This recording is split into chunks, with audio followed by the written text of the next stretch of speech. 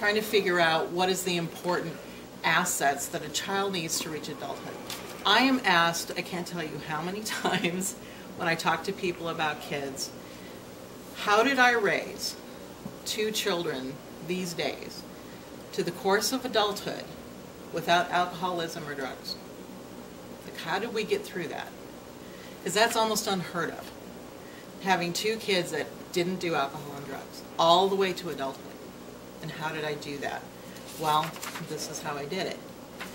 These are called developmental assets. And the thing that's interesting about this, let me pass this out.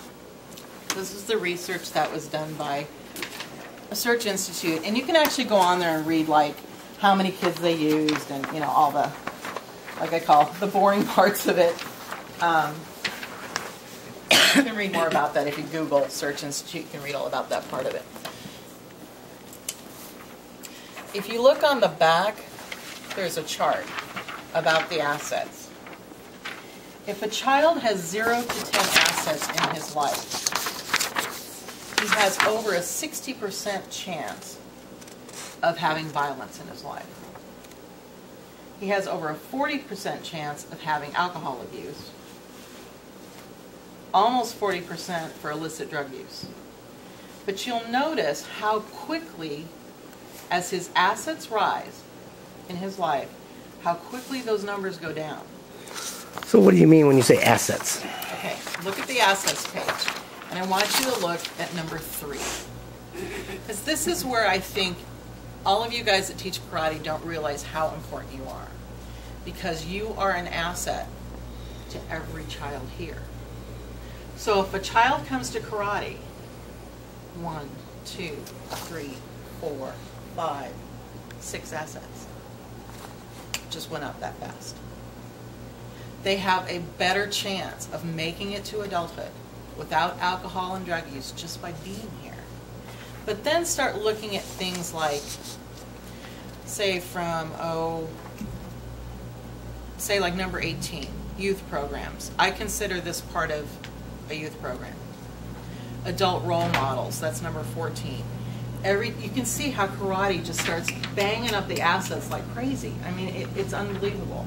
You have achievement, motivation, caring. Mr. Boggs teaches about, you know, giving to others and, you know, doing good works and that kind of thing. Yeah, acts of kindness. That. Integrity is number 28. 29 is honesty, responsibility. You guys all teach all that. So imagine how just in one child, just by having you as their karate teacher, how fast you have risen their assets. It's almost crazy. But I kind of explain to people when they ask me about that. Both of my children were in karate. Both of them here at Goshin. But he didn't make it to his black belt because he discovered girls and guitars. But that was another activity. And within his musician playing, he had other adults, again, that really cared about him. He had tons of teachers, people that came to play with him. Some of his best friends are over the age of 50. They're all guitar players.